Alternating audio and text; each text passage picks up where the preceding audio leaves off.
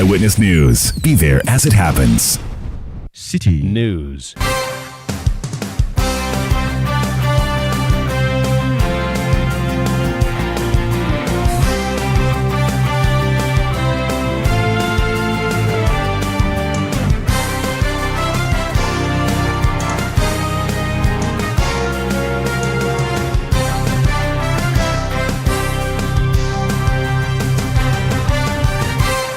It's 17:30 GMT. This is Eyewitness News on 97.3 Citi FM. I am Umaru Sanda Amadu. Tonight I'm here with Eno Safo. And coming up over the next 90 minutes, New Patriotic Party General Secretary Justin Frimpong Kodia to lead a demonstration against the Electoral Commission if it grants the NDC's request for an audit of the electoral roll. We have him here on Eyewitness News tonight. Also coming up, Fair Wages and Salaries Commission appeals to the NCCE workers to call off their strike following the opening of negotiations on their conditions of service. And later on Eyewitness News, management of ECG must be dismissed over 9 billion CD loss. That's according to the Africa Center for Energy Policy, ASEP. Stay with 97.3 Citi FM for more on this and many other stories on Eyewitness News. And in business, banks urged to reinforce internal controls to check increasing fraud cases.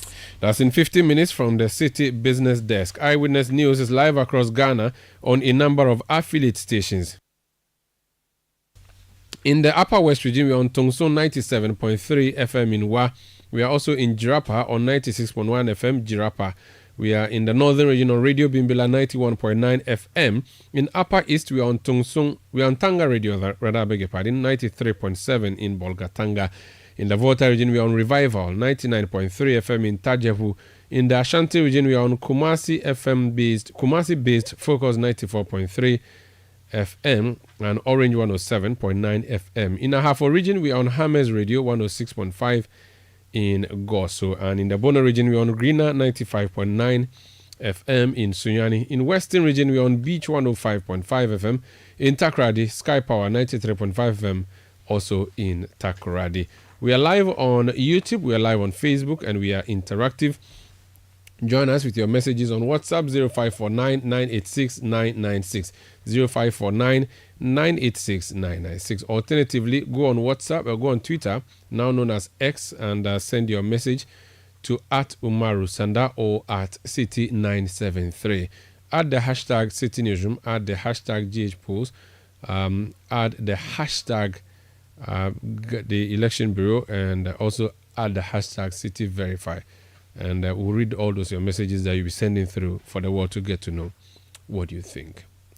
Let's settle for details of our stories. And the first one has to do with the New Patriotic Party. It called a press conference today. The General Secretary of the party is a man who addressed that particular press conference. He said a number of things. Let's get a quick summary. General Secretary of the New Patriotic Party, Justin Kodia Frimpong, has criticized the recent Enough is Enough demonstration held by the NDC against the Electoral Commission, calling it unjustified due to their failure to provide evidence of any irregularities in the current voters' register. That's one of many things he said. He's joined us on the line. JFK, you're welcome to Eyewitness News, sir. Thank you, my brother, Maru. So before I ask details about what you were telling the media today, you said you are going to embark on a demonstration against the Electoral Commission. Why? Well, it was in reference to the statement that I made and the post questions that came about when one of your friends from the media asked about if should the Electoral Commission heed to the request by the NDC. What would the MPP do? It was in reference to that I made a point that in that case, the MPP will also hit the street. Because one... So the question would then be, why don't you want the EC to heed the call of the NDC? Because one, this matter has been settled as far back as in 2015. In 2015, if you recall, Justice V.C. R.A.C. Crab and now invited all political parties to deliberate on the biometric voter register. And as part of the recommendation by the committee, they made the point that the Electoral Commission solely has the autonomous power to decide on matters concerning electoral affairs. And to corroborate their point, the then General Secretary of the NDC, Mr. Johnson Sidiketia, also made that point that the EC has tradition and convention. And by tradition and convention, it is only through exhibition of voter registers that the Electoral Commission is able to correct any anomalies or discrepancies in the voter register.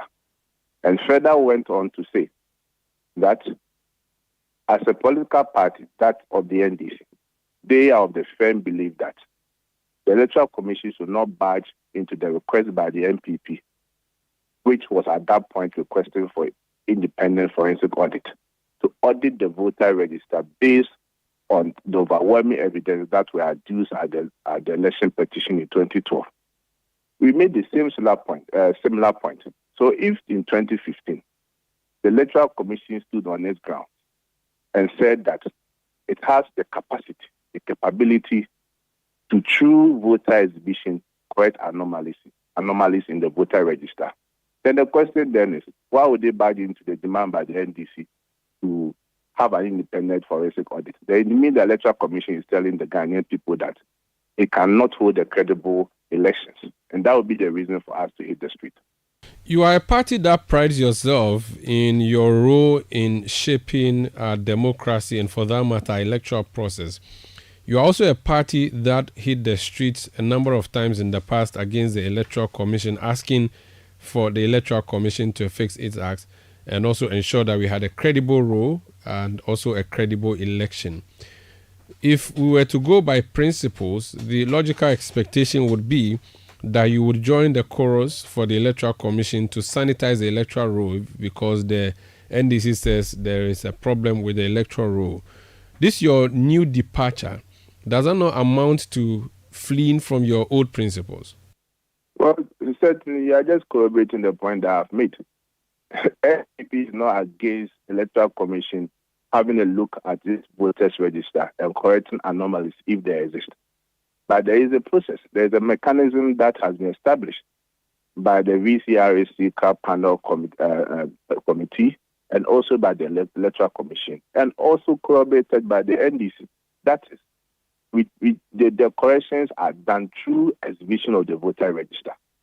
And through that exhibition, the Electoral Commission is able to delete names that are not supposed to be there, to check transfer that is not supposed to be transferred, to check and make sure that at least people's names are spelled correctly, dead people's names are removed from the voter register. So definitely, the Electoral Commission, by law, CI 91 as amended by CI 127, has the law and the process stated clearly and what has to be done. Because the law also envisages that as part of the electoral processes, there will be issues. There will be anomalies, there will be errors, whether deliberate or accidental. But definitely, the law also provides the roadmap for the Electoral Commission to address those issues. So in any case, I will say that the Electoral Commission is also going to depart from what the law specifically states and also depart from the position that they have made in 2015. So therefore, there should be consistency in the way that the Electoral Commission does. So we are at the side of the law. We are just protecting what the law says. So that's why we are saying that, yes, if the Electoral Commission should heed to that, it means they're also contravening the law that even governs the register of voters, which the CI 91 as amended by CI 127. So we are not against any attempt by the Electoral Commission to correct anomalies by the voter register, but the precedents are there. But the only problem is that what you are asking for, which is the exhibition, has already happened, and the NDC's observations and claims are being made after the exhibition. There's no other opportunity for an exhibition before the election. And that is why the NDC says there's a need for an audit because there wouldn't be a new exhibition. Would you instead then ask for an exhibition? Well, Umar, to start with, the allegation that the NDC are making, are they giving you a copy? Yes, they have given a copy to the Electoral Commission after a petition was submitted. Which copy they've given to us as well? We have that. You cross-check from the Electoral Commission because from the Electoral, they submitted it to the Deputy Chairperson 2 days ago when they did their demonstration. Please, the Electoral Commission, their statement also made that point, And also from my checks, the call that we have made, the NDC are yet to submit the detailed allegation that they have made to the Electoral Commission. At least you can cross-check and find out if they have done it. So what did they submit to them on the demonstration day? Which copy we read here on air? On the demonstration day, what they that they made, but they have not provided evidence to those allegations. Umar, anyone can write a petition to the Electoral Commission, make allegations. There are about 200,000 names of this, 200,000 names of this. What the Electoral Commission needs, the further and better particulars of the allegations that they have made. And the question, have they submitted those further and better particulars? The answer is no. So on what basis are they making the allegations? And two, you agree with me that what the Electoral Commission gives to political parties is what is referred to as provisional voters register. And the word provisional means it's not final. So it's at this point that if any stakeholder has a genuine concern or issues, you bring it forth. So until the final register is made public, all these correction anomalies or discrepancies that the NDC are alleging can be addressed. One point that they make, which I find very preposterous, is the issue about dead names in the voter register. Omar, by creation of God, certainly every people are giving birth each day and people die each day. So even if today we are able to clean the register of all dead people, does it mean that by the time we get to December 7th, there will be no dead names in the register? Certainly no. So Sam, if you just take point and make an assumption or make statement that there are dead names in the voter register, so because of that, the voter register is not credible, and you expect us to take that point serious, because at any point in time, people are dying, and that is the creator of God. So does that warrant the need for us to have an independent forensic audit of the voter register because there are dead people in the voter register? So these are some of the numerous points that the NPP feel that the argument is not sounded. And at the end of the day, if they genuinely have issues about irregularities, about discrepancies, they should make it known. They should provide further and better particulars to us. And more importantly also, NDC has the track record of always trying to deceive the good people of Ghana. A typical example is what happened in 2020. In 2020, after the close of polls, we had the former president, we had the general secretary of NDC, we have the communication officer, Sami Jenfi, coming out to throw out figures that the NDC have won the elections. Some were saying 140 parliamentary seats, others were saying 141, and they were saying that the Electoral Commission don't make any attempt to change the verdict of the good people of Ghana. But when they went to court and they were asked to produce evidence showing that they've won the election, Mr. Sediketi, then General Secretary, couldn't produce any evidence, only for him to turn around when he was going around to campaign for chairmanship of the National Democratic Congress to say that, they didn't have any evidence in court. That's why they couldn't produce any evidence.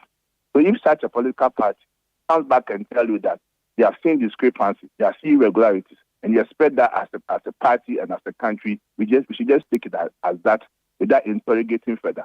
If genuinely they have an issue, they should bring it for us to look at it. But you see, JFK, if you had not demonstrated against the EC in the past, made calls for the electoral roll, the same electoral roll to be fixed, and even gone on the let my vote count and all of those things, you would have been pardoned. But considering that you were strong opponents of the EC when you were in opposition, and now you appear to be quote and unquote in bed with the EC, does that not worry you that it may not augur well for our democracy, for good governance, for free and fair elections? I would have thought, and many would have thought, that you, as people who have always been claiming to have been champions of proper elections in this country, you would agree for an audit regardless of whether or not evidence is brought, especially when the NDC has brought some evidence. It has given us numbers of people who were illegally transferred, which transfers cannot be reversed, and people who had gotten onto the electoral roll without their intent, their names have been removed. All these things they've highlighted for the past few weeks since they started calling for this. You would have supported that if you were in opposition, wouldn't you? You see, certainly no. It's a matter of principle. Umaru, when MPP raised the issue in 2015, and we brought forth to the panel led by VCRC crap, which was thrown away anyway into the garbage can. Thank you. So at least you were listened to and given a platform, and your evidence that you brought was thrown away. So why don't you also allow the same to happen now? So if you read my press statement, I made the point emphatically that what MPP is not against NDC coming out and raising issues with respect to our voter register, and certainly we support it. And as a lead advocate and crusader for changes in our electoral process since 1992, we welcome that suggestion. But what we are against is what they are seeking to do. When we have agreed and established in 2015 that when we have issues concerning the voter register, the proper forum and the proper platform to address this issue is one through the exhibition of the voter register. And this is done by the Electoral Commission. This matter is moot. It has been settled since 2015. So that at least in future, MPP knows that we will have no moral authority to ask for independent forest audit when it has been established by the NDC and even by the panel that where there are issues, the Electoral Commission has an internal mechanism of addressing those issues. It is only when the Electoral Commission comes out and say that, based on their inability to address issues, then we demand or we need an independent forensic audit. But the question is, has the Electoral Commission made that pronouncement? The answer is no. So, Omar, let us not make the point. MPP, yes, took the matter up in 2015, but then we came to a conclusion agreement. As we said, our petition was thrown out, that it is settled now that going forward, when we have issues concerning the voter register, the CR 91, as amended by CR 127, makes provision for issues to be addressed. So this is the position that all parties have accepted. So what has changed 9 years down the line? Why is the NDC shifting post now? Very well. Moving into the election, how prepared is the elephant? You have challenges at the parliamentary level at least. You have at least two parliamentary MPs or parliamentary candidates wanting to go independent. That's going to cause trouble for you, considering that you have an eye on Parliament wanting to have the majority in the next election. How are you looking on the election generally, or electoral front generally, and the campaign? That's a very unfortunate development that is confronting the party. You recall that in 2020, one of the things that the party executives were chastised was that in most cases, the constituents were opting for primaries, but yet there was more of imposition on them. And that is why it also culminated in us losing some seats from 169 to 138. So under the leadership of 137. 137. 137 plus 1. But still 137. So, MPP is 137. At least let's make progress. Thank you. Right, so that is why under the leadership of Mr. Senayisu team, we decided that in the last primary, we are going to open up for every party person who desires to contest, to freely contest. So across the 270 constituencies, we allowed everyone to have the chance to contest. So nobody was prevented from contesting. And the unfortunate aspect is that our brothers and sisters who have opted to go for independence went through the elections. At no point in time was any issue raised about the delegate album or that the process was skewed towards a particular person. But we all go into elections having at the back of our mind that we can win or we can lose. So when you go to elections and you lose, you just accept it in good faith and go for a better future. So we are finding it very difficult to understand. But as a party, we still believe that we should still continue to engage those who have decided to go for independence until the final day that the Electoral Commission will come out with the notice of poll. So let us not lose hope. At least I still believe that we can make amends and get people to come back to the New Patriotic Party. Based on history, when your former MP, now Deputy Speaker of the House, went independent while sitting as MP. Your party, the president, encouraged the Speaker at the time to expel him from the chamber, which expulsion happened because he had gone independent. At the time, you had a comfortable majority. Now you do not have a majority at all, if we were to count only NPP MPs. You have a list of your sitting MPs campaigning to go independent in the central region, Aguna West. What's the plan? Are you going to expel her? Well, the position of the party is to continue to engage her. No, the position of the party, if based on principle, would be to expel her from the chamber. Well, but you also agree with me that circumstances are not the same. Unless you don't want to face reality. Oh, so you change your principles because it will not work for you this time around. Well, at least sometimes common sense also tells you that when situation presents itself, you need to have innovative way of addressing it.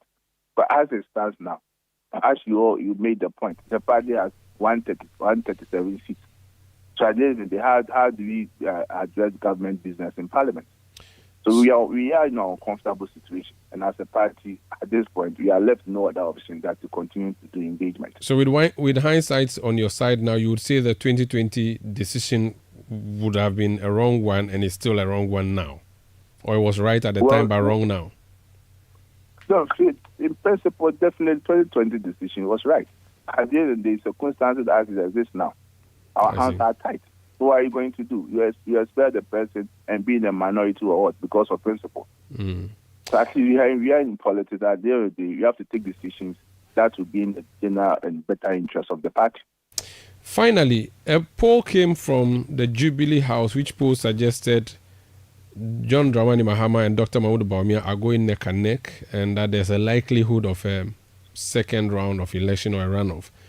Many hold the view that as a sitting government, once you go into a runoff, your chances of winning are very slim. And that poll, which is coming from the heart of the government itself, is a statement to your party supporters that you may not do well in the election, so prepare for any eventualities. What is your interpretation of that poll to your party members who are listening to you tonight? To be honest with you, I've not seen that poll. I've not seen the details of how the person arrived at that conclusion, to be honest with you. I've just read it from the newspaper publication, just as you have. But at the end of the day, as a political party, we are focused on the campaign that we are doing. And everywhere our candidate, a leader of a party, has gone to, the reception has been very tremendous. His message, his digitization message, has really been bought into by Ghanaians. That's our focus. Currently, he's doing his campaign, and we're moving to Central Region tomorrow. His running mate is also in Ashanti Region doing his campaign. The party machinery are up and doing. And if we recall, about a year ago, people had written NPP off. That the NDC, John Mahama, was going to win the election with about 50-something%. So if about 3 months of the election, they are telling us that it's neck to neck and it's going to be a runoff. Then from losing the election to neck to neck means that by the time you get to December 7th, NPP will be in the lead.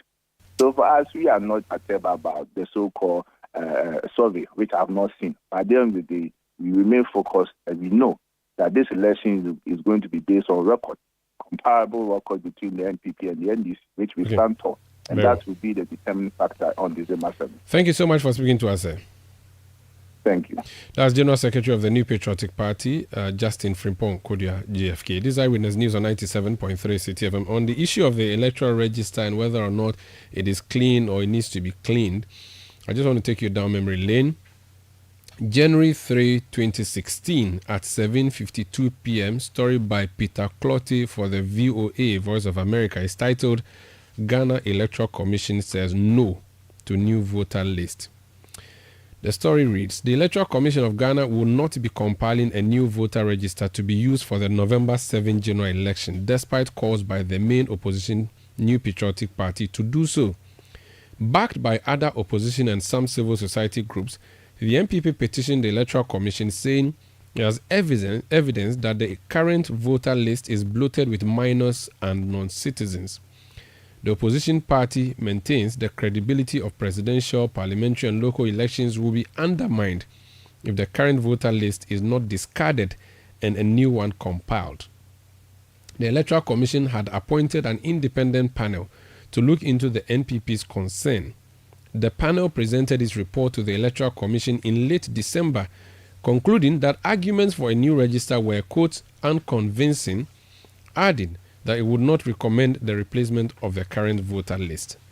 The Electoral Commission accepted the panel's report and said in a New Year's Eve statement that it will continue to engage stakeholders to ensure that a clean and credible voters register is in place for the 2016 general election through an inclusive and collaborative audit process. It also plans to publish the full report of the panel's recommendation on the Electoral Commission's website by January 7. In an interview with VOA, panel chair Professor VCRAC Crabb said having a clean and credible voter register is a shared responsibility of all Ghanaian citizens. And the story continues and continued. The question on whether it's bloated or not, there's a quotation from the late Crabb which says, there were other people who came to establish that the registers were not bloated. We had to take also what other people had to say, whether the voters register was bloated or not. In fact, somebody came to say that if you take voting in this country over a period of time, what we've been having is the same. So if you say the register is bloated, then they have always been bloated.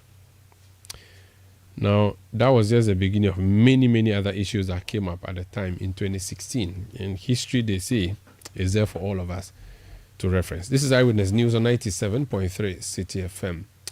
We're coming to you from our studios in Adabraka in Accra on 97.3 Citi FM. We'll be back with more. Please stay. Eyewitness News. Be there as it happens. Oh, jump on now. Go.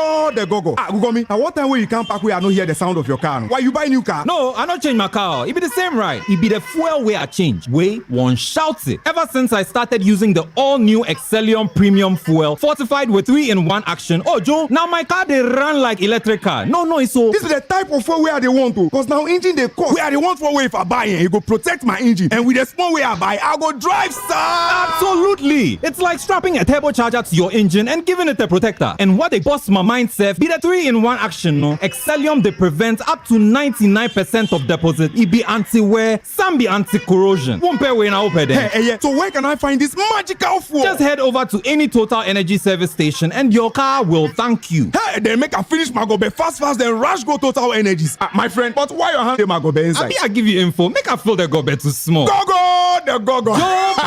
Excellium is designed to protect your car engine, decrease fuel consumption, and lower CO2 emissions. Don't say fuel, say Excellium. Choose Excellium, choose quality.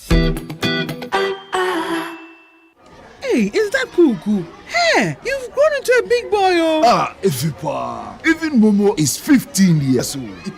It still feels like yesterday when we were fumbling with cash and worrying about the way money moves. Say it again. Now I send money to my AC in the village, pay bills, save money, loans so kakra, investment kakra, at the Momo app. Shit. How do you think I get the small coins from my bugger pack? To celebrate 15 years of Momo, you too can win awesome prizes in the Momo at 15 Rewards promo. Just download the new My Momo app, continue to transfer and make payments, and you could be one of the 15 lucky winners of 15,000 Ghana cedis and 150 lucky winners of 1,500 Ghana cedis each. So, Ghana, keep celebrating Momo at 15. Offer runs from now till November. T's and C's apply. MTN. Electroland Ghana Limited is back with a massive back-to-school promo. Visit EGL showrooms and authorized dealer stores across Ghana for best offers on Samsung, Media, TCL, and NASCO products. Get a free portable audio speaker with the 50-inch NASCO Android UHD Smart TV for just 4,999 Ghana cedis. NASCO AC starting 3,699 Ghana cedis with free air cooler. Experience UHD 4K Smart Android Android TV with TCL for 6,499 Ghana cedis and receive a free electric kettle. Cook up a storm with the Media 20-liter solar microwave for only 999 Ghana cedis and say no to cold meals. Get a free cake mixer with the 4-burner Media gas cooker. Call 0503-159-739 for more information. Electroland Ghana Limited, home of electronics and appliances. Terms and conditions apply. Yeah. We have a new leader in town. OBRNT. Amanfo. Madam was Sibebre. When him say my baby, maybe more charcoal for whiter teeth. More charcoal. Not only that, maybe lemon. More lemon. Zinc for fresher breath. More zinc. And fluoride for stronger teeth. Introducing the new President Charcoal packed with more power with a combination of charcoal and lemon for naturally whiter teeth. Grab yours now. This advert is FDA approved. It's time to dream big. The Public Employment Center near you can help unlock the potential of your business. Are you starting a business, looking for the right job, or seeking guidance on your career path? The Labor Department got this. Empower your dreams. The future is bright. The Labor Department is guiding your light. Empower your dreams. The future is bright. Your Labor Department is doing things right. The Labor Department office in Ghana is dedicated to promoting fair labor practices, protecting workers' rights, supporting job placements, empowering individuals, and empowering female business owners through its services and initiatives. Empower your dreams. Make them come true. Your Labor Department has free business coaching for micro business owners or entrepreneurs. Visit the Public Employment Center in Accra, adjacent Kimpiski Hotel, or call 053-9165-608 today to register for free business coaching on entrepreneurship, financial literacy, digital marketing, etc. The Labor Department, your free employment services provider. Let your voice be heard on Eyewitness News on Facebook at facebook.com/Citi97.3, Twitter at twitter.com/Citi973, and Instagram at instagram.com/Citi973 with the hashtag Eyewitness News. You're welcome back. This is Eyewitness News on 97.3 Citi FM. We are coming to you from our studios in Adabraka in Accra. Management of ECG, the electricity company of Ghana, must be dismissed over a 9 billion cedi loss. That's according to the Africa Center for Energy Policy, ACEP. It's a story on citinewsroom.com by Daniel Sakti. Let's speak to the man who is making the claim. Kojo Iyawuche is a policy lead on petroleum and conventional energy at ACEP. He's joined us on the line. Mr. Iyawuche, welcome to Eyewitness News. Thank you for having me. Is this an audit you did, since we were talking about audits, or you're relying on an information from the audit service? Where is this information coming from? What are the facts? I mean, these are all disclosures made by the same company on their net losses over the period. So we're just taking a look at how much losses are being made in the power sector, especially by ECG. And so we identified that between 2017 and 2022, the losses actually grew from 290 million to about 9.7 billion in 2022 alone. And that was alarming for us. And we felt that we can't continue to allow this to persist, where a company will continue to be making such significant losses, and there are no forms of sanctions or no remedial actions to whoever is pretending over the losses that are being made within the period. And it is also instructive to note that these losses or shortfalls that are in the power sector are usually taken care of at the end of the day by governments through the budget. And this burden on the budget takes away the fiscal space that will allow government to spend on social sectors like health, education, and agriculture. The ESRP report, for example, also states that between the same period, between 2019 and 2023, the shortfalls that have been realized within the space is about $8 billion that the government will always have to come in to bear that burden. And what is even more shocking is that while these losses are being made, tariffs are being adjusted increasingly. Demand for power is also growing, so they are selling more power. But the revenue that is supposed to come from power sales is not being accrued. Now, ECG has always been making losses.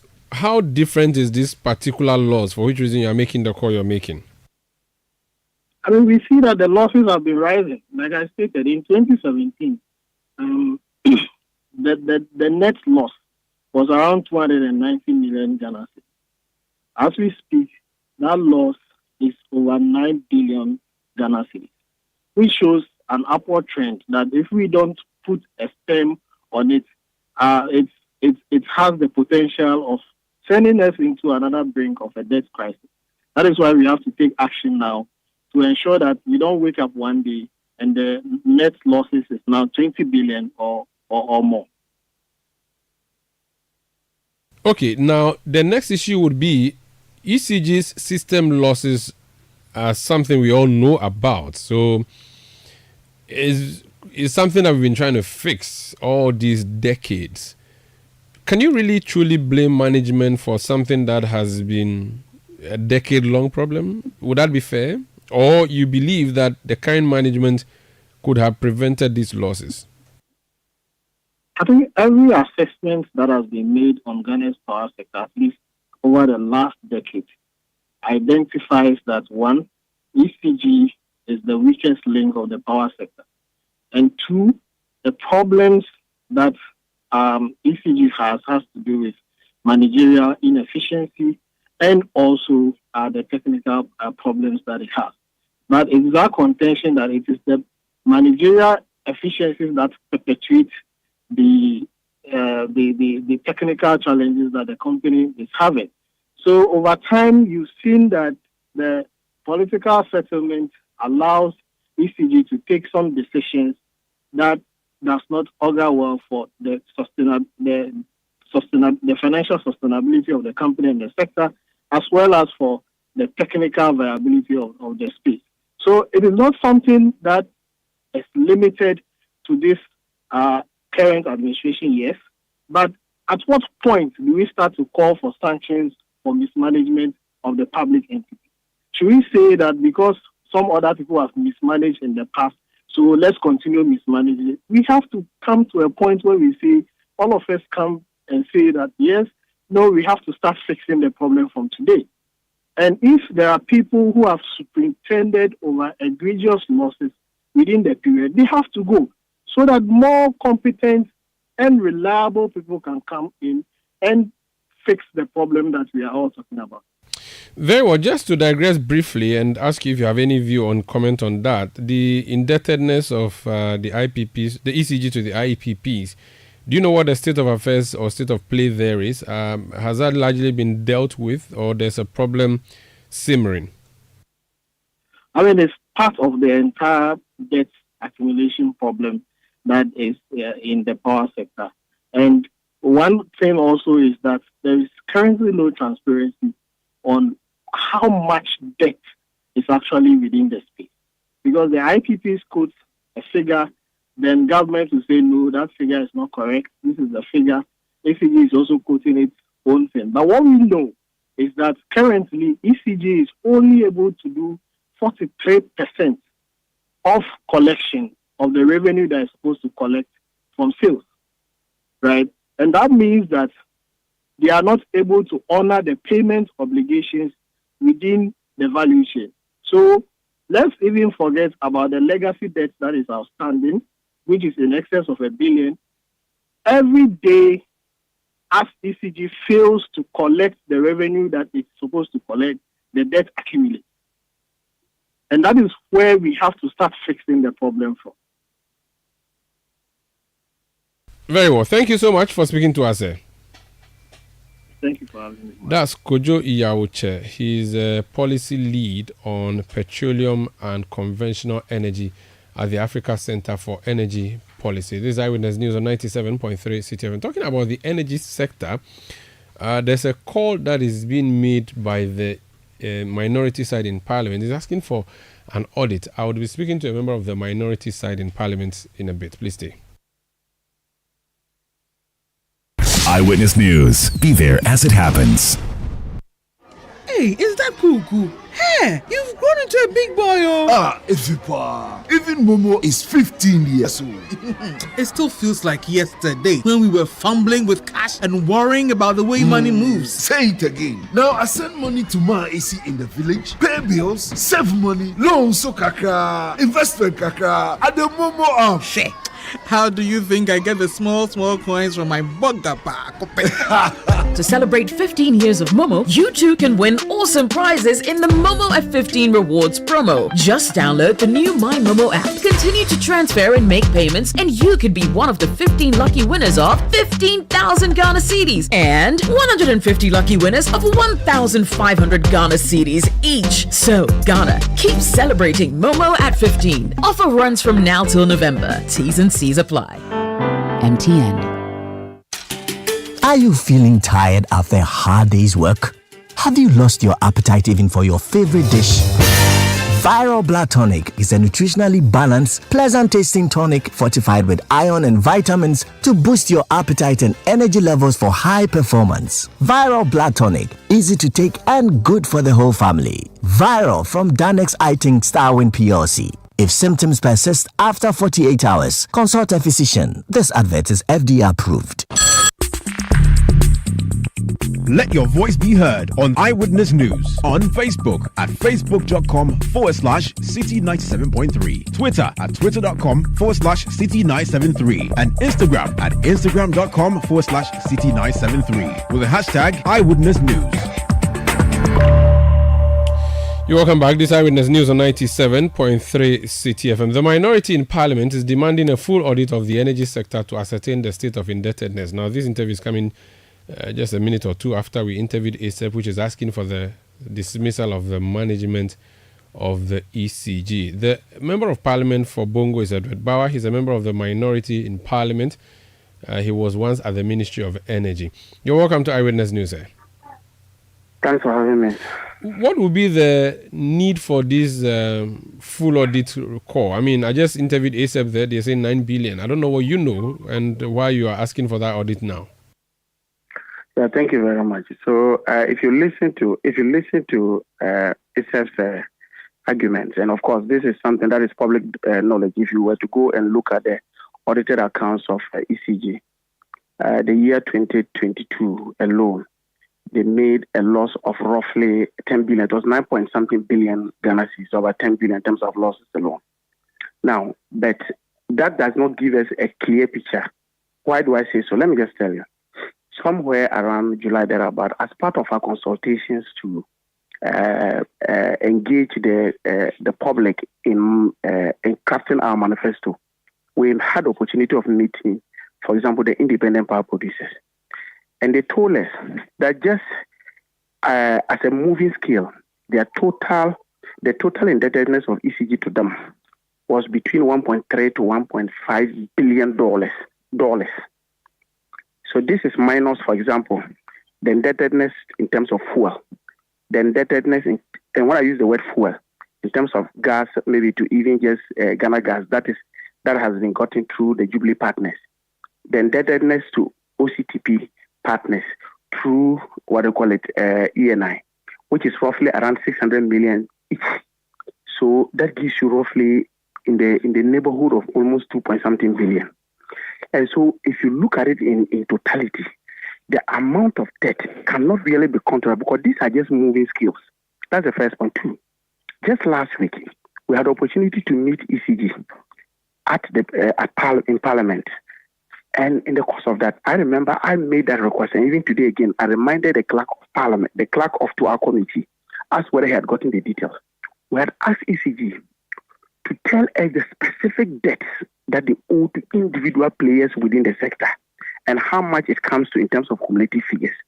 We do not have that. But our conservative figure that we are saying is that we need not less than $2 billion to just let the various players within the power subsector work at least in the minimum levels. And $2 billion, even if you take today's exchange rate, that gives you roughly around 32 billion Ghana cedis. And that is not to resolve the problem in the energy sector or indebted, just to let them be able to have some breathing space to be able to work. It is on the strength of this that we said that, look, there must be a proper audit of the situation. So that, there are some of the debts that you can rationalize, you can cross net off, and then you will be able to know. But at least it gives us a fair idea as to where we stand. As we speak now, anybody who's a key observer of the energy sector knows that the indebtedness of the energy sector is so huge.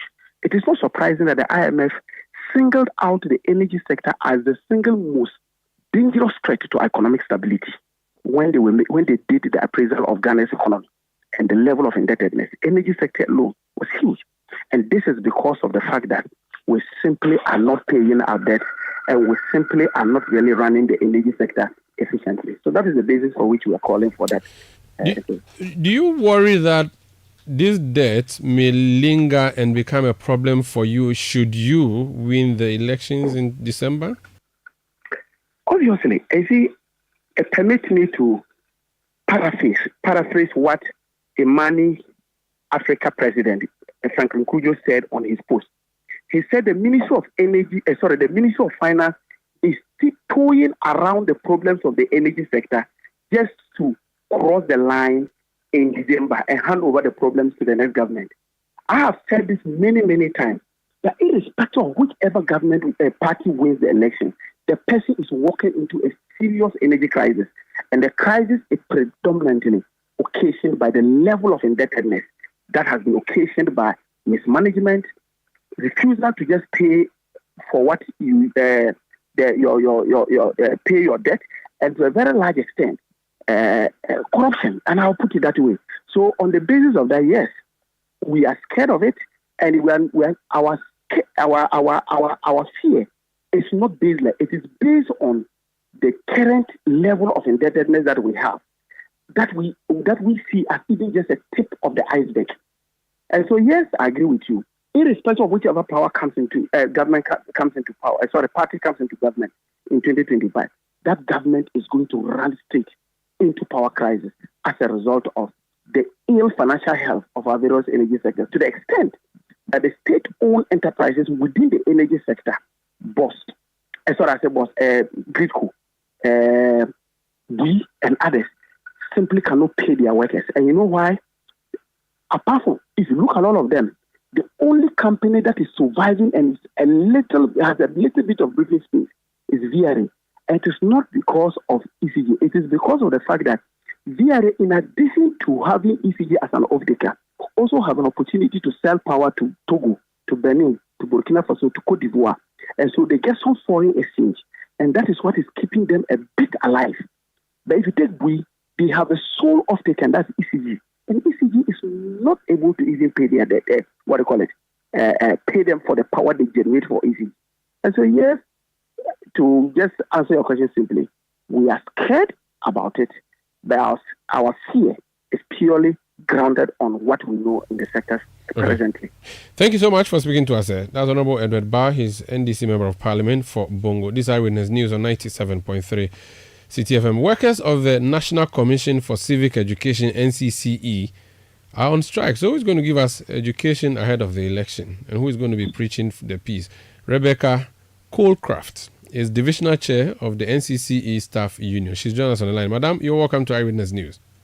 Thank you, Umaru. Good evening. Good evening. What has forced you, civic educators, to decide to go on strike? I mean, you would be the last people who would expect to, leave your jobs, because you have to teach us how to know our rights, how to defend ourselves, and also how to vote wisely. Now that you have left and on strike, why? What happened? Okay, thank you so much, Umaru, and good evening to your listeners. As you rightly said, we educate people on their civic rights, and especially in this political season, how citizens are to comport themselves during the elections, after the elections, and so on and so forth. Yes, so for us, you know that we are very peaceful, loving people. We love the work we do. But to hear us go on strike at this point means that we have been pushed to the wall and we no longer cannot breathe. And that is why we are crying out. What are the things that government, and I believe it's government that pays you, so what are the issues that you're expecting to be resolved? Which issues are not being resolved? And how long has this been for? So the issues we are just asking for is increase to our institution-specific allowances. The last time our institution-specific allowances saw any increase was in 2019, 5 years down the line. We have seen increases to our sister sector institutions, but we have not received any increase to our institution-specific allowance since 2019. We sent our proposals through our mother union, the Public Services Workers Union, to Fair Wages and Salaries Commission in May 2023. Upon constant calls and reminders, Fair Wages finally decided to come to the table to hear us on the 6th of May 2024. 12 whole months. And it wasn't as if inflation was halted for 12 months for NCCE staff. It wasn't as if we're not going to the same market. It wasn't as if our purchasing power was constantly being eroded. But we still kept quiet. We kept the faith and we still continued to work despite the difficulties and the challenges. On the 23rd of July, that is over a month after the Fair Wages has met us on the 6th of May, the rules of engagement was finally signed and the negotiations commenced. They adjourned the meeting to 1st August 2024. On the 31st of July 2024, they wrote that they are postponing the 1st August meeting. So on the 1st of August, which was a Thursday 2024, there was no meeting whatsoever between us and Fair Wages, as their statements they brought out purported to. We only met on the 4th of September, and that was with constant reminders and calls before they came to meet us on the 4th of September with a very ridiculous explanation that because of IMF conditionalities, they are unable to grant our request to increase our allowances. We are in this country where other institutions or other public sector civil service workers have seen increases to their specific allowances. You tell us you cannot grant us new allowances. Even the existing ones, you cannot increase it. What have we done? Madam, we have constantly suffered in silence. And so at this time, we are at a breaking point. We are tired, and we are asking the government to listen to us. Madam, you don't look like a group of workers that can hold the government to ransom. If organized labor makes a demand, of course, the government will ask. Teachers, doctors. But civic educators, you're on strike.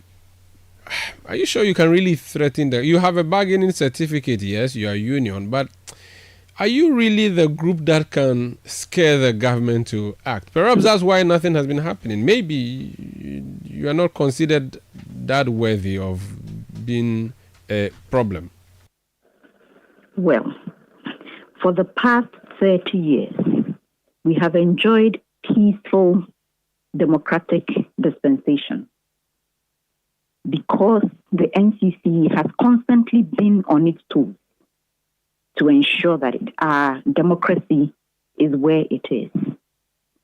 So if you regard us as a constitutional body, if we are not regarded, then you just want to tell me that the Constitution of Ghana is also not to be regarded because we are a constitutional body.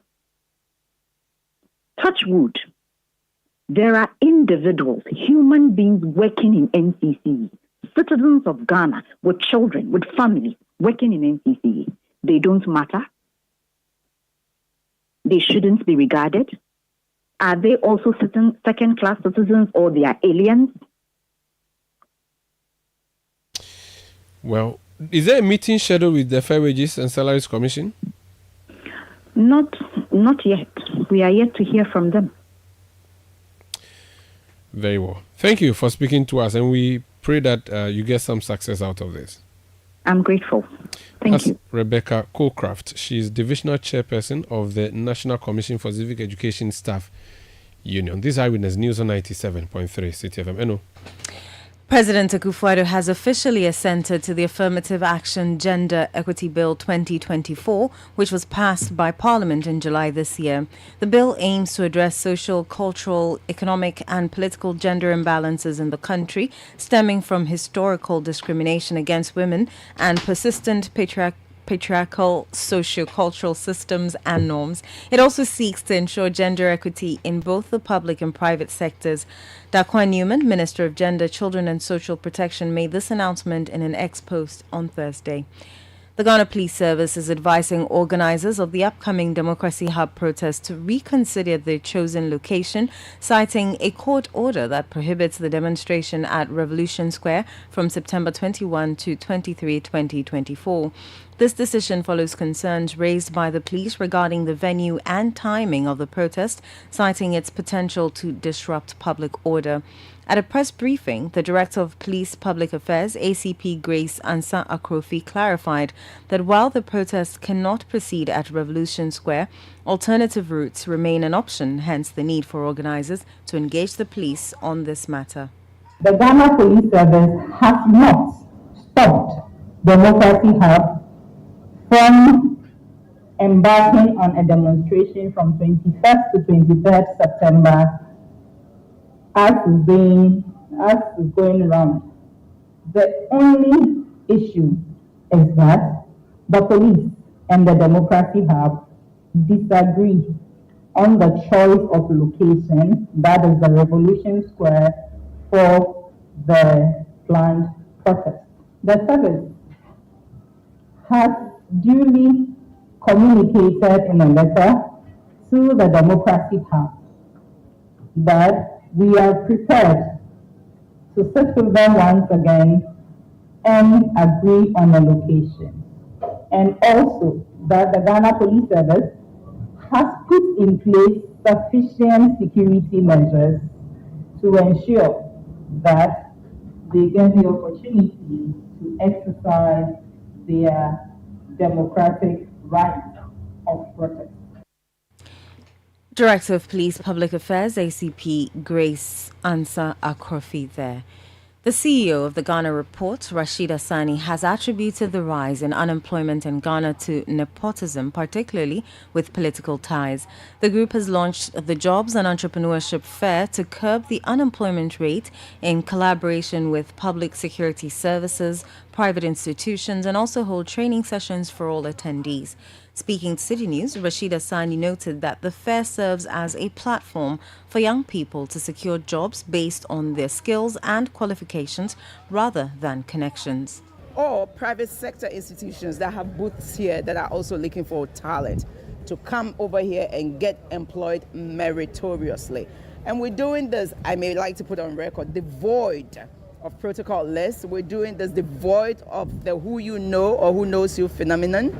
So we at the Ghana Report are an interface and representing people of integrity that are ensuring that Ghanaians get jobs meritoriously without necessarily knowing anyone.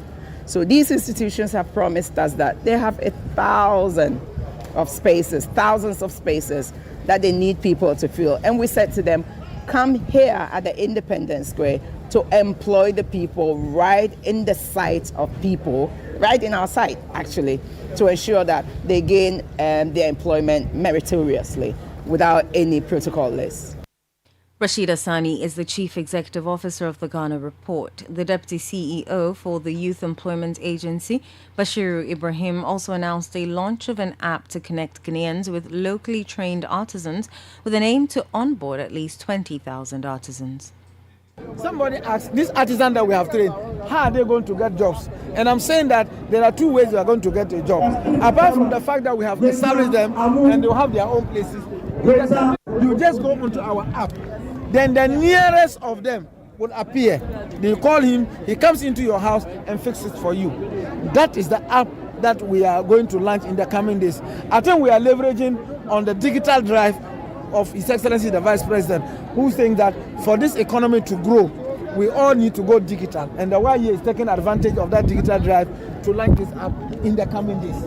And these artisans, as I speak to you, 10,000 artisans have already been onboarded on the app, and we are still doing more. By the close of this month, we are expected to onboard not less than 20,000 artisans on this app.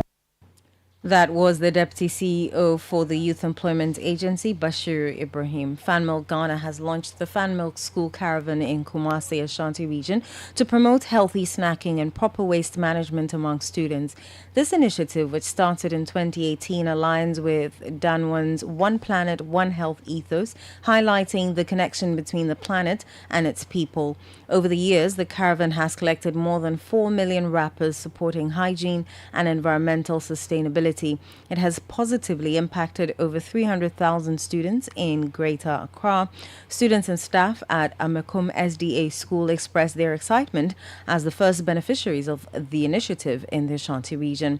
In partnership with the Ghana Education Service, the FanMilk School Caravan aims to expand its reach from initial 50 schools to 100 schools in Accra and Kumasi. Lionel Parent is Managing Director of FanMilk PLC. It's all about, engaging the students, building the next generation, about healthy snacking and sanitation. As you can see, you can drink fizzy drink, carbonated soft drink, candies, but eating that between meals once in a while could be okay, but every day is not good. So in your everyday nutrition, product like fruits, vegetables, yogurt, like the product of FanMilk, is what should be part of the diet of a good student who wants to grow in a healthy way. Managing Director of FanMilk PLC, Lionel Parent. Eyewitness News. Be there as it happens.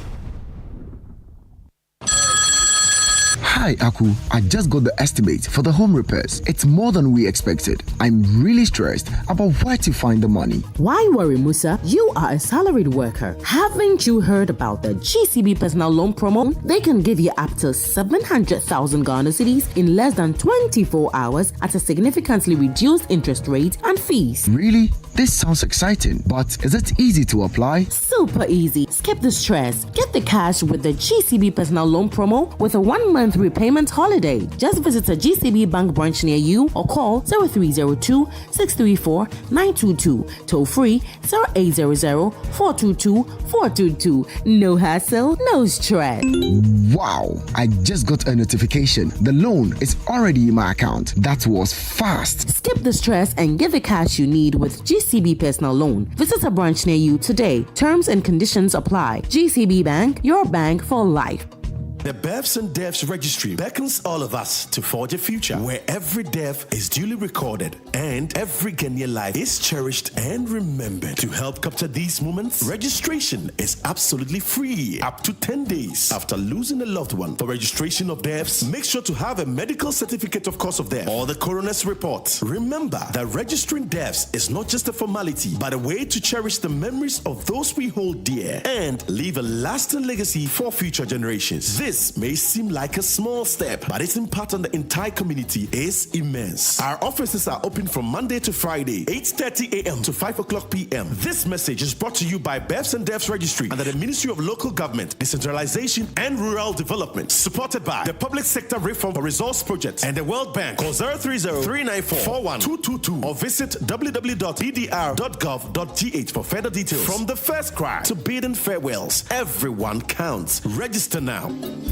Get the details. Every significant financial transaction, every market movement, and all the policies that affect your business. City Business News. Be informed. Time now for City Business News on Eyewitness News. My name is Inusaf. Let's settle for the details. The Governor of the Bank of Ghana, Dr. Ernest Addison, has issued a directive to banks to reinforce internal controls and tighten due diligence in response to rising fraud cases in the sector. According to the 2023 fraud report, fraud cases surged by 21% over the past year, raising concerns about the security of the banking system. Addressing the 41st Annual General Meeting of the Ghana Association of Banks, Dr. Addison stressed that the central bank remains committed to safeguarding the industry's integrity and financial soundness. There has been an increase in the monetary loss from fraud. More worrying is the increase in the number of staff involved in fraud. The number of staff rose from 188 in 2022 to 274 in 2023, representing an increase of 46%. It further emerged that out of the 274 cases of fraud recorded involving staff in 2023, 211 were involved in cash theft, that is cash suppression, as compared to 140 staff in 2022. This means that while banks and SDIs are putting in place measures to detect and prevent fraud from outsiders, their own staff are increasingly perpetrating fraud. The Bank of Ghana is obviously concerned about this growing trend and mandates banks and SDIs to strengthen their internal controls and enhance staff due diligence during recruitment, as well as reinforcing continuous in-house staff training on professional conduct. That was the Governor of the Bank of Ghana, Dr. Ernest Addison. On his part, President of the Ghana Association of Banks, John Kofi Adomako, highlighted the sector's recovery trajectory, noting that profitability levels are gradually returning to pre-pandemic figures, a positive signal for the industry's resilience. Profitability indicators to the banking sector turned positive in December of 2023, reflecting the improved profit performance throughout the year. The sector's return on assets increased to 5.4% in December, up from negative 3.8% in the previous year. Similarly, banks' return on equity rose to 34.2% from a negative of 25.5% over the same period. During the review period, the banking sector demonstrated relative cost efficiency, with key efficiency indicators returning to pre-domestic debt exchange program levels by the end of 2023. The cost-to-income ratio fell significantly from 120.8% in December of 2022 to 80% in December of 2023. Additionally, the cost-to-total assets ratio improved from 18.2% to 12.1%. That was the president of the Ghana Association of Banks, John Kofi Adomako. And that's all for City Business News on Eyewitness News. My name is Enusafo. Up next is Point Blank. Eyewitness News. Be there as it happens. Are you searching for a world-class conferencing facility to elevate your next event? Do you need a bougie look for that all-important corporate, board meeting, or private social event? The Alisa Hotel Pavilion at Northridge. Our expansive conference center comfortably seats 1,000 persons in a theater-style setup. This makes it ideal for large conferences and exhibitions. Where there is the need to break out, the conference center seamlessly converts into 2 separate breakout rooms. With the importance of seamless technology integration, our facilities are equipped to support your audiovisual needs.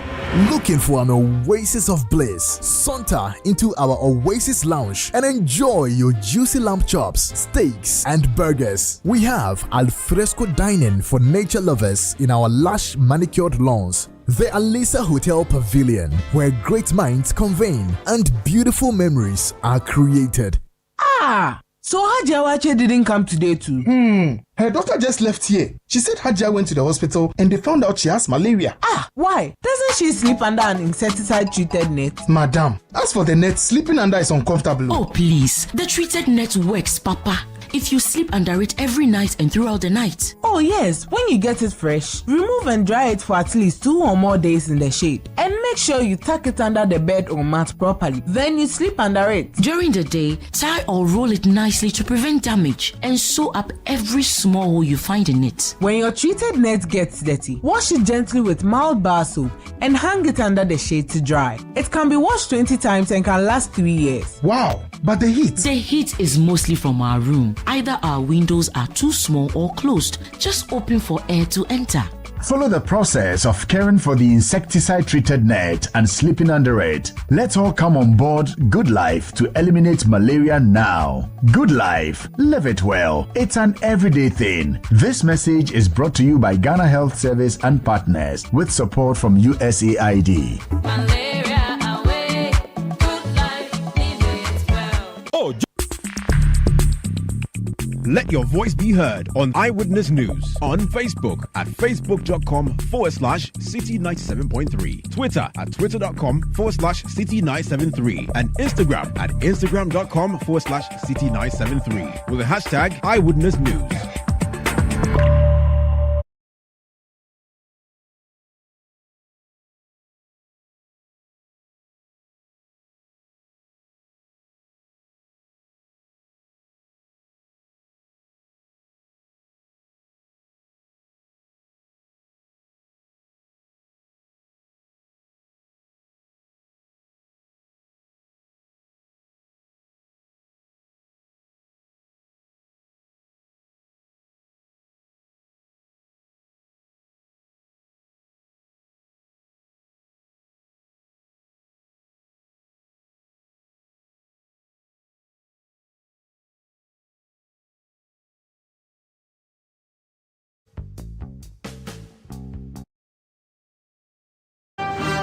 This is Point Blank on Eyewitness News. My name is Umaru Sandamado. Tonight on Point Blank, we are talking about job creation for the youth.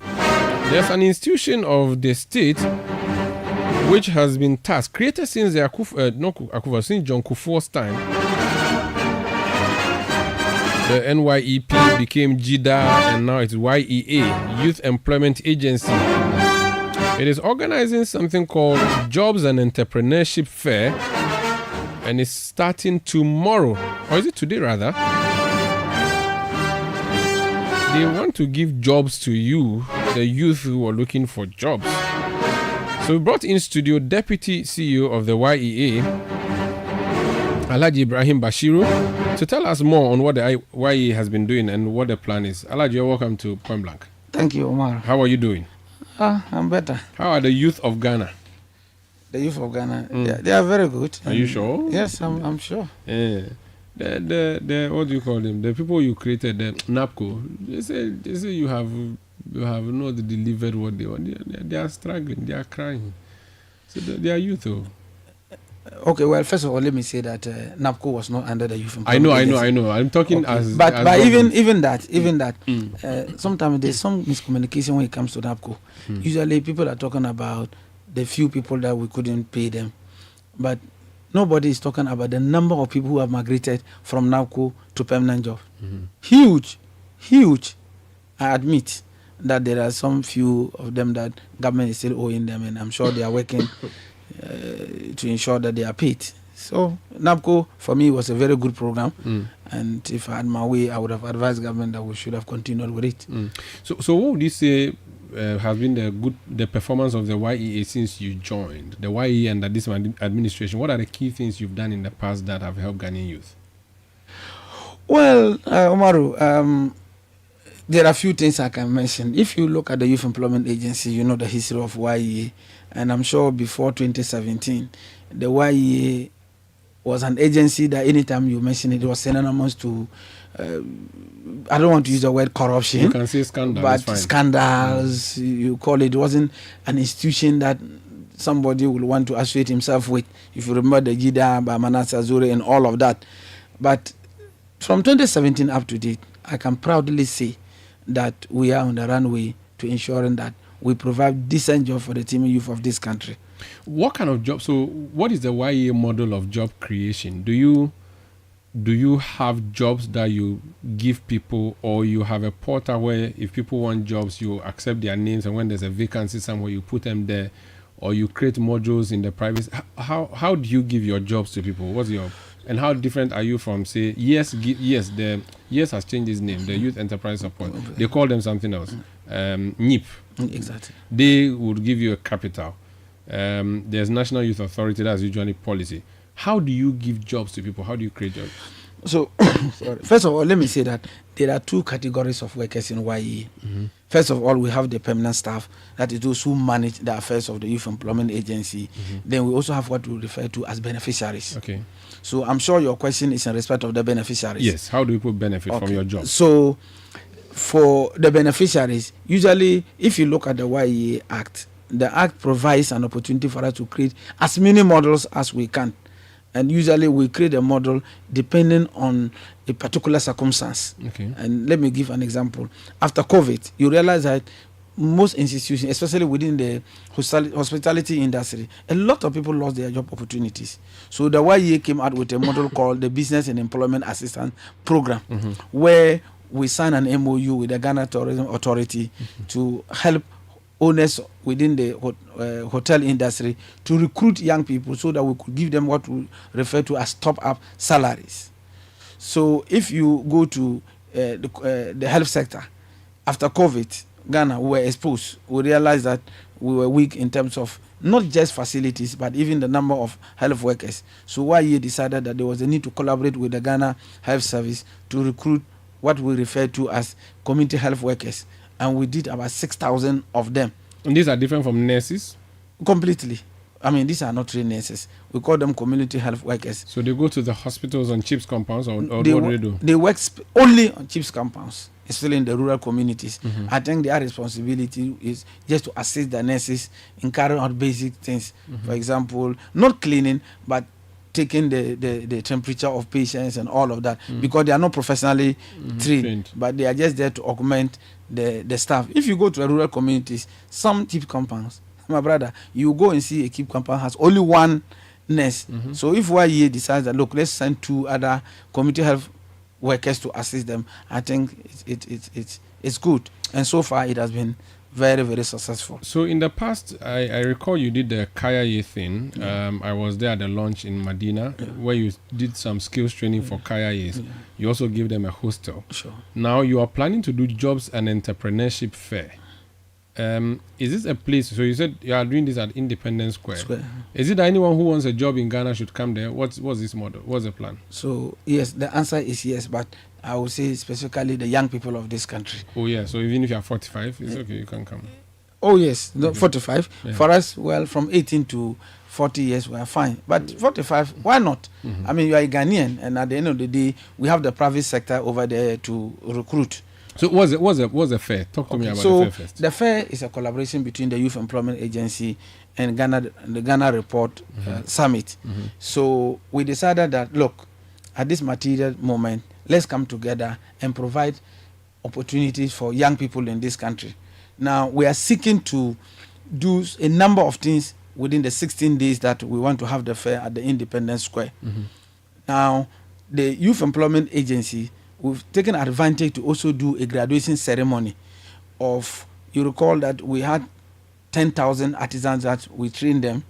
We did the first phase passing out ceremony in Tachiman, where His Excellency the Vice President was the special guest of honor, and that was referred to as the Northern Middle Belt, comprised of Ashanti region, the 3 Bonos, and the 5 Northern regions. So today we also actually graduated those within the Southern Belt, that's Volta, OT, Western North, Central, and then Greater Accra. So another 5,000. Indeed, they were given starter packs to go home and establish themselves.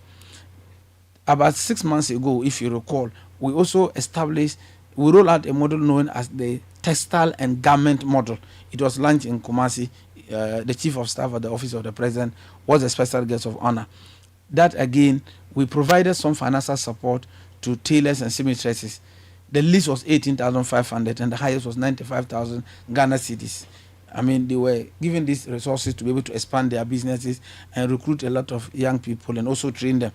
Today, we also invited them to do that, to have the graduation ceremony, and we give each of them a sewing machine and some capital of 500 Ghana cedis. About how many people? About 5,000 of them, and 5,000.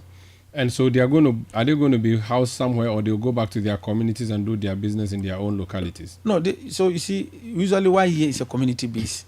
So Omaro, if you are from Sai Usuduku and you are recruited, you get back to Sai Usuduku. The way you've done research on me now, I'm scared. Continue. I'm not too sure I'm referring to you, but I'm just saying that is how the way you choose Sai Usuduku of no. So that is, you go back there and then you operate. If you're an artisan, you are a plumber, you are into tiling, painting, wherever you reside, our responsibility is to provide you with the starter packs for you to go back and work. But let me say that there is something that will happen in the next coming days. I will add that one before I tell you the full picture of the summit. Okay. We'll be launching what we will be calling the GH Artisan app. Now, we are going to onboard all our artisans that we have trained, because we're expected to train about 20,000. All of them, we are going to onboard them on this app. And the app operates like the Uber. So all of them will be on the app. So if, say, Citi FM, you are looking for a plumber to fix up something, you just go into the app and the nearest plumber will appear just like the Uber. You just call him, he comes in and then he fixes it for you. Really? Yes, it's going to happen. And the app has been developed already? Yeah, but not yet. We're yet to launch it. We've developed it, we've not completed yet. Okay. But as we speak now, we've already onboarded 10,000, but it's not operational yet. Okay. So hopefully by the close of this month, we'll onboard another 10,000. So we'll start with 20,000 artisans. In fact, even artisans who have not been trained by YE, if they want to be on the app, for us, our responsibility is to provide them that platform. We'll onboard them so that anybody in this country who wants to access their service can easily go onto our app. So plumber, carpenter, anything? Carpenter, electrician, B2K, pedicure, manicure, plaster operators, POP, count them. So you won't pay them necessarily. So you are just providing the platform for me to call them and then negotiate with them, or you do the charging and everything. Then when they work, you call them money. How do we you do recruited you for 6 months. Every month we're giving you 500 Ghana cedis as you go through the training.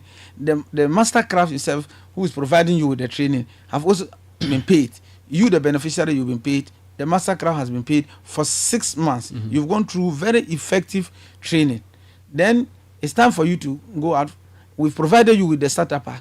We are giving you money again. I think you are well equipped. And then we are rolling out this app again for you to be onboarded, so that it will facilitate the opportunities within the society for you. For me, I think that is the best we can do for the young artisans. Okay, so it's not as if you are going to charge them, so they are not going to pay anything to No. you. No. Once we are onboarded, that is it. And I'm saying that if I call the artisan on that app, for instance, who do I pay the money to? To the government through YA, or I pay directly to the artisan? To the person. It's between me and the person. To the person. Okay. Like I said, it's just like somebody having his Uber car. Okay. And then you command the Uber comes to pick you. What I mean is that there will be no percentage coming to... No. Okay. But permit me to say that the YEA, under our act, we are not supposed to generate any revenue. Oh, okay. At all. Everything must be government funded. Everything. We can engage ourselves in activities that will even bring us some revenue or income. Not at all. I see. Yes. So, but the job fair, who are the kind of people who are going to be there? Are there even jobs for people to come and queue for? And do you also not risk chaos at this your job fair? You are doing it at the Independence Square and the International Conference Center. Exactly. So how is it going to be like? Because I know so many people who are jobless, and if they hear that government is offering jobs at Independence Square at the Conference Center, you may be overwhelmed. Well, that is true. But I think that the information out there, a lot of people feel that we are talking about only the government sector. There are also the private sector. A lot of companies will also be there to showcase the opportunities that they have. And if you come to the government sector, the Ghana National Fire Service will be doing live recruitment. Ghana Immigration Service will be there. Ghana Police Service will be there. Tomorrow they are going to set up, because they are also going to recruit. But you started today, 19th. We started today. But today has just been to do graduation ceremony for people. Right? Graduation ceremony and then the initial preparation. So the main recruitment will start tomorrow. Tomorrow. Some other training. Is it for degree holders, for WASI certificate holders, for BEC, or what's your qualification? The opportunities are numerous. You will have to come and do an assessment. For example, you know the KIA that we launched, you were there. We are still going to do some training of KIA at the Independence Square for 14 days. Okay. in 10 trade areas. They are going to go through effective training on most of the trade areas that I've mentioned, soap making, pedicure, manicure, all of that. And for the 10 days, when they are done, we'll give them some starter packs and give them money. So that's also another opportunity. So if you are Kaya, you are somewhere, apart from being at Medina or Ashama, there's also an opportunity for you to come to the Independence Square for 14 days to be trained. So this is happening from today all the way to 5th October. Exactly. Independence Square and Conference Center. Which one is where? Because those are two different venues. Yes. So initially we wanted to do the opening ceremony at the Conference Center and then do most of the training at the Independence Square. Unfortunately, I think there was some mix-up because the Conference Center has been fully booked. Okay. So we've been told that maybe after the next week or so we'll so get you're the only conference. using So for now we're using the Independence Square. I live at Kwashiman. I finished secondary school about 5 years ago. I have no job. I'm hearing Alaji Bashiru on Citi say that there's a job fair tomorrow. The government is trying to help me with a job. Yes. What should I do? Two things. Once you've heard it, walk to the Independence Square. There are two things. You walk to the Independence Square tomorrow. When you come to the Independence Square, for example, there is somebody who wants to just learn CCC installation. We are going to have a lot of people to do that training. Somebody wants to learn how to fix car glasses or anything that you want to do, just come there. If you are looking for permanent job, there are private companies there that are also going to mount their stand and also provide an opportunity. You want to join the security, I've indicated that the Ghana Police, Ghana National Fire Service, Ghana Prison Service, they are also going to recruit. You can also check on the YEA job center. Maybe if some jobs have been placed there, then you are interested in applying, you can do it. In fact, there's also even an opportunity to train you on how to write CVs and all of that. I think it is a package. So once you walk from Dome to the Independence Square, the opportunities are numerous. It's for you to decide which one you want. If you want skill training, which area do you want? There's an opportunity for you. What if I want a formal job? I want you to send me to NPA to go and work, or to GMPC to go and work. Or I want you to send me to TOR, or I want you to send me to Free Zones. Media, that's what I want, because I have a degree. I have a degree for 3 years now. It is important to realize that this job fair is just a platform that we are providing. And then we are bringing on the private sector and the government sector. Those who have the vacancies, they will come and mount the stands. For us. But have they declared vacancies for you? Have they told you that there are vacancies? Yes, both the private and I've just told you that. So about how many people do you think you can accommodate? Well, for let's say the security agencies, we've been told that they will do up to 5,000. For all of them? For all of them put together. So if I want to go to immigration, this is my chance? You just have to come there. Okay. Now, private sector, about how many companies or businesses are coming, and how many people did they say to you that they can recruit? So far, about 15 or so, or 20 or so have indicated as of last week. But tomorrow, I'm sure a lot more will join. Now, when you come, you walk to the stand, and then the opportunities are there. You go for the interview, and it is just on spot. Once you go for the interview and you prove that you are capable, you have what it takes, then you are given the opportunity. Do I need to bring my MPP party card for this event? And if I don't bring it, would I get a job regardless? Unfortunately, the last time I checked, our act frowns on political consideration. That's the law. And so I think that for me, as a young person, I will be the saddest person if I have to give job to people based on political consideration. Because, you see, Omar, you believe and you agree with me that youth unemployment has become a national security threat to all of us. And, excuse my language, a thief or an armed robber does not know an MPP or NDC. Because for him, he doesn't have a party. All that he does is to get you, whether to kill you, whatever he's going to do. And so for me, our responsibility as Youth Employment Agency is to ensure that we provide an opportunity for every single young person who is interested, regardless of political affiliation. And since we started this in 2017, there is no way and under no circumstance have we ever called on party colors and ID cards and all of that. In fact, we don't do that, and we'll never do that. Finally, it's 2 or 3 months to the elections. You are now remembering to give jobs to the youth. Is it not a vote buying mechanism? You are scamming them. What do you think? What do you say to that? I think I'll answer it in twofold. First of all, it is not true that we are now remembering to give jobs. So if I have to make it short, even within the last 2 years, we've done 139,000 job opportunities. Have you done job fairs like this before? Yes. About how many? In fact, about 6 of them. We did one in Takoradi, we did one in Tamale, we did one in Kumasi, we did one in Koforidua, and then we did 2 in Accra.